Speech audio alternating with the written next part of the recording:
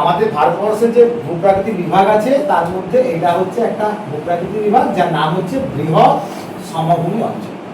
তো এই যে বৃহৎ সমভূমি অঞ্চল আছে, এই ভূপ্রাকৃতিক বিভাগটা ভারতবর্ষের দুটো প্রধান ভূপ্রাকৃতিক বিভাগের মাঝখানে অবস্থিত। এই যে বিভাগটা দেখতে পাচ্ছি এটা হচ্ছে উত্তরের পার্বত্য অঞ্চল, এবং এই উত্তরের পার্বত্য অঞ্চল এবং এই উপদ্বীপীয় যে মালভূমি অঞ্চল আছে, এই উপদ্বীপীয় মালভূমি অঞ্চলের মধ্যভাগে অবস্থিত।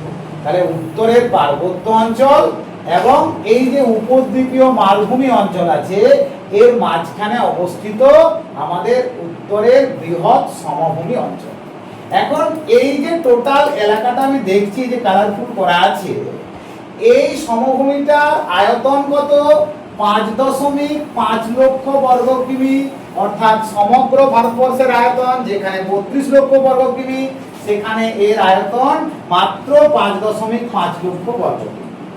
এখন দেখো এই যে সমভূমিটা আছে, এই সমভূমিটা যদি এইখান থেকে একেবারে এইখান পর্যন্ত ধরা হয়, অর্থাৎ পূর্ব পশ্চিমের বিস্তার ধরা হয়, তাহলে মনে রাখবে এই সমভূমিটা প্রায় 2400 কিমি বিস্তৃত।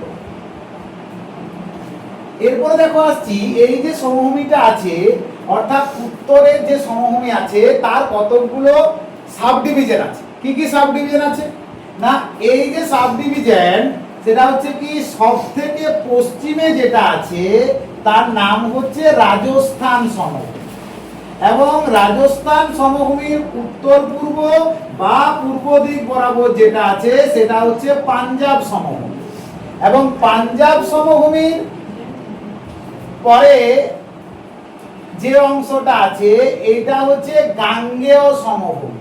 এই যে ব্লু কালারে দেখানো আছে এটা হচ্ছে গাঙ্গেয় সমভূমি। এই গাঙ্গেয় সমভূমিকে আবার আমরা তিনটে ভাগে ভাগ করব। কি কি না, একটা হচ্ছে উচ্চ গাঙ্গেয় সমভূমি, দুই হচ্ছে মধ্য গাঙ্গেয় সমভূমি, তিন হচ্ছে নিম্ন গাঙ্গেয় সমভূমি। উচ্চ গাঙ্গেয় সমভূমিটা কোথায় অবস্থান করে? উত্তরপ্রদেশ রাজ্যের পশ্চিমাংশে। মধ্য গাঙ্গেয় সমভূমি কোথায় অবস্থান করে? উত্তরপ্রদেশ এবং বিহার, উত্তরপ্রদেশ রাজ্যের পূর্বাংশ এবং বিহার রাজ্য, এই দুটো রাজ্যতে অবস্থান করছে। আর নিম্ন গাঙ্গেয় সমভূমি সমগ্র পশ্চিমবঙ্গে অবস্থান করছে, কিন্তু পশ্চিমবঙ্গে দার্জিলিং যেহেতু পার্বত্য অঞ্চল সেটা বাদ দিয়ে, এবং পুরুলিয়া যেহেতু মালভূমি অঞ্চল সেই দুটো বাদ দিয়ে বাকি সমগ্র পশ্চিমবঙ্গে থাকছে আমাদের নিম্ন গাঙ্গেয় সমভূমি। আর একেবারে দেখো পিঙ্ক কালারে যে দেখানো আছে এটা হচ্ছে ব্রহ্মপুত্র সমভূমি, এবং এই সমভূমিটা আসাম সমভূমি নামে পরিচিত, যেহেতু এই ব্রহ্মপুত্র সমভূমিটা ব্রহ্মপুত্রে। এবং এরপরে দেখো আমাদের যে এই যে উত্তরবঙ্গে এই উত্তর ভারতে যে সমভূমি আমরা দেখতে পাচ্ছি, এই সমভূমিটা সৃষ্টি হচ্ছে কি করে না, হিমালয় থেকে আসা বিভিন্ন নদীর পলি সঞ্চয়। তো এই সমভূমিটা যেহেতু নদীগুলো এই দিকে বেশি পরিমাণে পলি জমা করবে, তার জন্য এই দিক থেকে নদীগুলো আসছে, তার পলির পরিমাণটা এখানে বেশি জমা হবে। সেই জন্য পলি স্তরের গভীরতা উত্তর থেকে দক্ষিণে কম। যত আমরা উপর থেকে এরকম নিচের দিকে আসবো তত পলি স্তরের গভীরতাটা কি হবে, আমার যদি উপর থেকে নিচের দিকে আসি তাহলে পলি স্তরের গভীরতাটা এরকম ভাবে কমে যাবে। অর্থাৎ যত উত্তরে থাকবে বেশি থাকবে, যত আমরা উত্তর থেকে দক্ষিণে যাব পলি স্তরের গভীরতাটা তত কি হবে, কম হবে। তাহলে এই জায়গাটা ভালো করে মনে রাখতে হবে, উত্তরে যেখানে পলি স্তরের গভীরতা 6000 মিটার, সেখানে দক্ষিণে যে পলি স্তরের গভীরতা হয়েছে কত, একেবারে কম, মাত্র 150 মিটার। সরি, এটা 600 মিটার হবে, এটা 6000 মিটার নয়, এটা 600 মিটার হবে, 600 মিটার হবে, 600 মিটার, এবং সেখানে এখানে গিয়ে কমে দাঁড়িয়েছে কত, 150 মিটার। বোঝা গেল? এরপরে দেখো আমরা যে পরবর্তী অংশটাতে আসবো, সেখানে হচ্ছে যে এই যে আমরা এক একটা সমভূমি নিচ্ছি, অর্থাৎ এই যে সমভূমিটা বলছি এই সমভূমিটা কি, রাজস্থান সমভূমি। তোমরা কিন্তু পরীক্ষাতে সব সময় পরপর মনে রাখবে পশ্চিম থেকে পূর্ব দিকে। প্রথমে দেখো এটা রাজস্থান সমভূমি, তারপরে পাঞ্জাব হরিয়ানা সমভূমি, তারপরে হচ্ছে গাঙ্গেয় সমভূমি, তারপরে হচ্ছে আসাম সমভূমি। গাঙ্গেয়ের মধ্যে এটা উচ্চ গাঙ্গেয় সমভূমি, এটা মধ্য গাঙ্গেয় সমভূমি, এটা নিম্ন গাঙ্গেয় সমভূমি। তো আমি প্রথমেই তোমাদের এখন আসছি এই রাজস্থান সমভূমি সম্পর্কে। তো এই রাজস্থান সমভূমি সম্পর্কে যদি বলতে হয় তাহলে মনে রাখবে এই রাজস্থান সমভূমিকে আমরা কতগুলো ভাগে ভাগ করব, অর্থাৎ এই রাজস্থান সমভূমিকে আমরা কতগুলো ভাগে ভাগ করব। কিরকম ভাবে ভাগ করব না, আমরা জানি এই যে পর্বতটা আছে এই পর্বতটার নাম হচ্ছে আরাবল্লী পর্বত। এই আরাবল্লী পর্বতের পাদদেশ, এবার পাদদেশ বলতে দুটোই বোঝায়, এই দিকটা হচ্ছে পশ্চিম দিক আর এই দিকটা পূর্ব দিক। তাহলে মনে রাখবে যে আরাবল্লী পর্বতের পাদদেশে, কোন দিকে পাদদেশে, আরাবল্লী পর্বতের পাদদেশে অর্থাৎ কোন দিকে না পশ্চিম দিকে, এই পশ্চিম দিকে আমাদের কি হচ্ছে যে অঞ্চলটা অবস্থান করছে তার নাম হচ্ছে বাগা। এই বাগার অঞ্চলটা কেমন, এটা হচ্ছে অল্প বালিযুক্ত তৃণভূমি, একে বলা হয় বাগা। এবং বাগারের পশ্চিমে আরাবল্লী মানে রাজস্থান সমভূমির সবচেয়ে উর্বর অংশ, যেখানে শস্য শ্যামলা এলাকা বলা হয়, এই অঞ্চলটাকে বলা হয় রোহি। এই রোহিটা খুবই উর্বর, এটা হচ্ছে প্লাবন ভূমি। প্লাবন ভূমি কি করে হলো না, আরাবল্লী পর্বতে যে নদীগুলো সৃষ্টি হয় সেই ক্ষণস্থায়ী নদীগুলো যখন বৃষ্টির পর সেই জলবাহিত পলিকে এইখানে এসে আরাবল্লী পর্বতের পাদদেশের তলায় এই অঞ্চলে জমা করে বলে এই এলাকাটা অত্যন্ত উর্বর।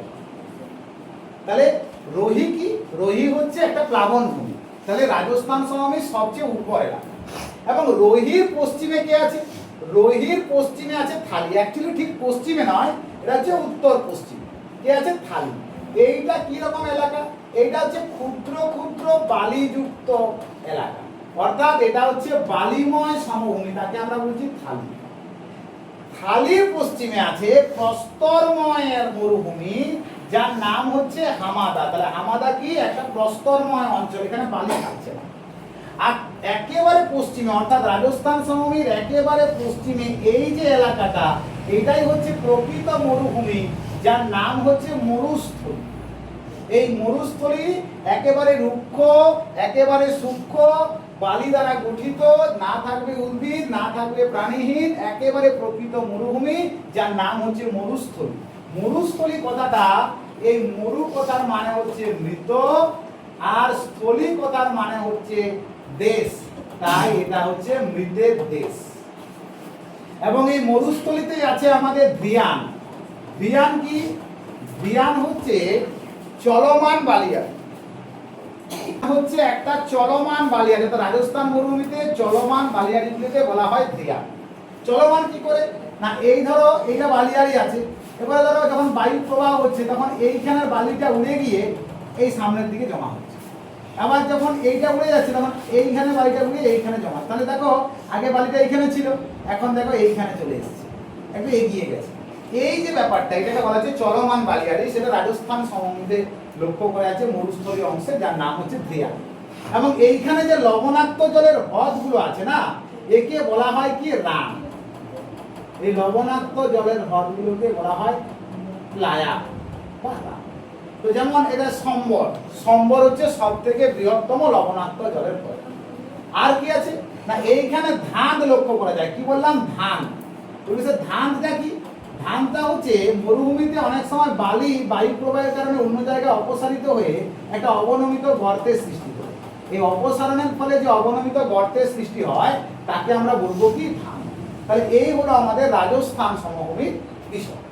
এরপরে দেখো আমরা চলে আসছি পরবর্তী অংশে, তার নাম হচ্ছে কি না পাঞ্জাব সমভূমি। অর্থাৎ আমরা যদি পাঞ্জাব সমভূমিতে যাই তাহলে কোন জায়গাটা আমরা পাঞ্জাব সমভূমিতে পাবো, আমরা পাবো এই জায়গাটা আমরা পাঞ্জাব সমভূমিতে পাবো। তো এই পাঞ্জাব সমভূমিতে যদি পড়তে হয় তাহলে তোমরা ভালো করে মনে রাখবে, এইটা হচ্ছে পাঞ্জাব সমভূমি। এই পাঞ্জাব সমভূমি এই যে পূর্ব সীমা, এই পূর্ব সীমা যে নদীটা দ্বারা নির্দিষ্ট করা থাকে সেই নদীটার নাম হচ্ছে যমুনা নদী।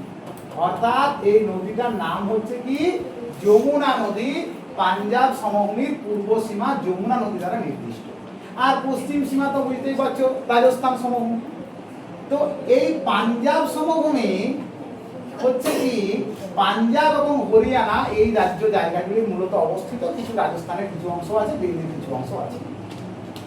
তো এখন এই পাঞ্জাব সমভূমিটা পাঁচটা প্রধান নদী পলি সঞ্চয়ের ফলে সৃষ্টি হয় বলে একে বলা হয় the land of five rivers. কি বলা হয়? The land of five rivers. তাহলে একে বলা হয় the land of five rivers. তাহলে এই জায়গাটা আমরা বুঝতে পেরেছি। এখন দেখো এই যে the land of five rivers বললাম, তাহলে আমাদের যে পঞ্চম নদী আছে, তো আমরা জানি দুটি নদীর মধ্যবর্তী অঞ্চলকে কি বলা হয়? দুটি নদীর মধ্যবর্তী অঞ্চলকে কি বলা হয়?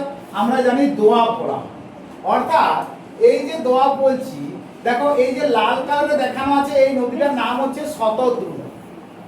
আর দেখো এই যে স্কাই কালারে দেখানো আছে এই নদীটার নাম হচ্ছে বিপাশা। এই শতদ্রু আর বিপাশা নদীর মাঝখানে আছে কি দোয়াব?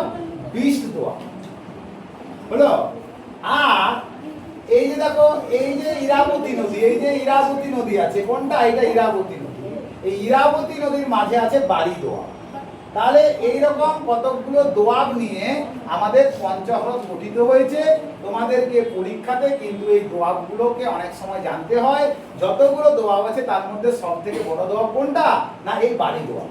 তাহলে মনে রাখবে যে এই যে শতদ্রু আর বিপাশার মাঝখানে আছে বিষ দোয়াব, আর শতদ্রু এবং ইরাবতী নদীর মাঝখানে আছে বাড়ি দোয়াব, ইরাবতী এবং চন্দ্রভাগা নদীর মাঝখানে আছে রচনা দোয়াব, আর দেখো চন্দ্রভাগা এবং বিতস্তার মাঝখানে আছে চাঁদ দোয়াব, আর বিতস্তা এবং সিন্ধুর মাঝখানে আছে সিন্ধ সাগর দোয়াব। তার মধ্যে সব থেকে বড় দোয়াব ভাগ করছে কোনটা? না এই বাড়ি দোয়াব, বিষ্ট বাড়ি দোয়াব। একত্রে বললে হবে বিষ্ট বাড়ি দোয়াব, এটা একত্রেই বলা হবে। ঠিক আছে? তাহলে এই গেল আমাদের বিষয়। আরেকটি সবথেকে যেটা গুরুত্বপূর্ণ বিষয় আছে না, আমাদের এই পাঞ্জাব সমভূমিতে যে নবীন পলিমাটি দেখা যায়, নবীন পলিমাটি তাকে বলা হয় ধায়া। আর যে প্রাচীন পলিমাটি দেখা যায় তাকে বলা হয় কি? তাহলে এই যে বিষয়টা, এইটা তোমাদেরকে ভালো করে মাথায় রাখতে হবে। এই হচ্ছে আমাদের পাঞ্জাব সমাজ।